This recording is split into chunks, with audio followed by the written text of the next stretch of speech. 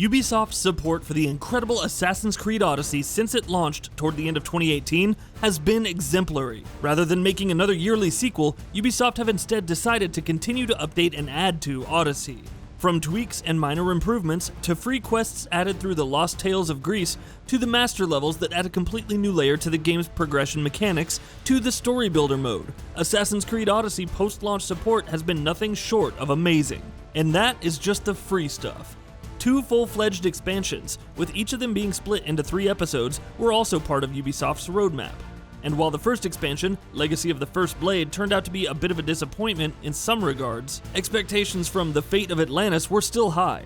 Blessedly, it lives up to those expectations and serves as a fittingly excellent conclusion to a game that truly lives up to its name in every respect. The thing that surprised me most about the Fate of Atlantis was just how content-rich it was. Being a $25 purchase, you'd expect it to be a meaty experience, but even so, it surpasses expectations. Every episode is easily 8 to 10 hours long each, and if you stick around to do everything each of them has to offer, you can get roughly 15 hours from each of them. Collectively, you're looking at least 30 hours of gameplay. A few years ago, when Assassin's Creed games were notoriously known for their bloated runtimes, this could just as easily have been a full-fledged sequel to Odyssey rather than an expansion. And that runtime not only makes sure that there's plenty for you to do and see, it also helps with the aforementioned issues with bloat that Odyssey suffered from immensely. Each episode takes you to a new location.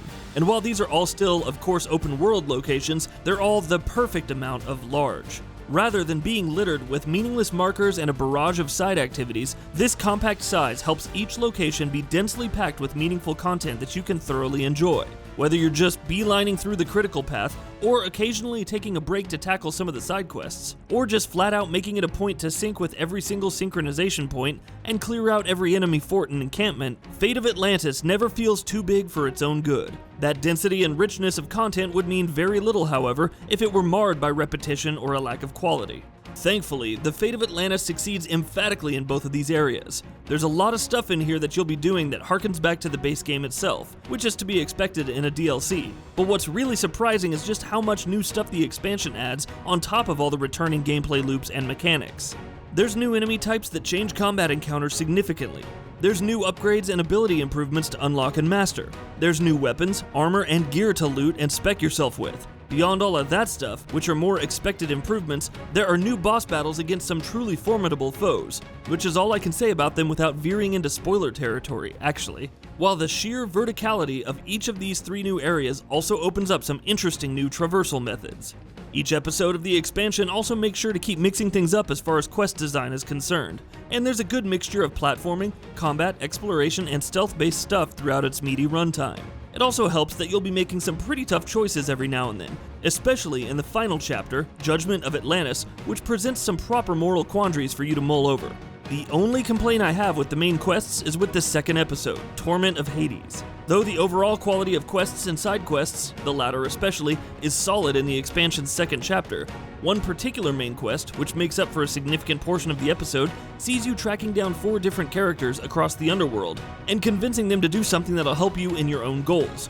But rather than taking this opportunity to introduce and flesh out these 4 characters, the entire affair devolves into something very rote and fundamental, with these characters barely even getting any dialogue or background to help you get invested. In the absence of any narrative context, it feels like there's a disconnect between what's going on in the story and what you're doing in the game. But this expansion's biggest strength by a mile is the locations it takes you to.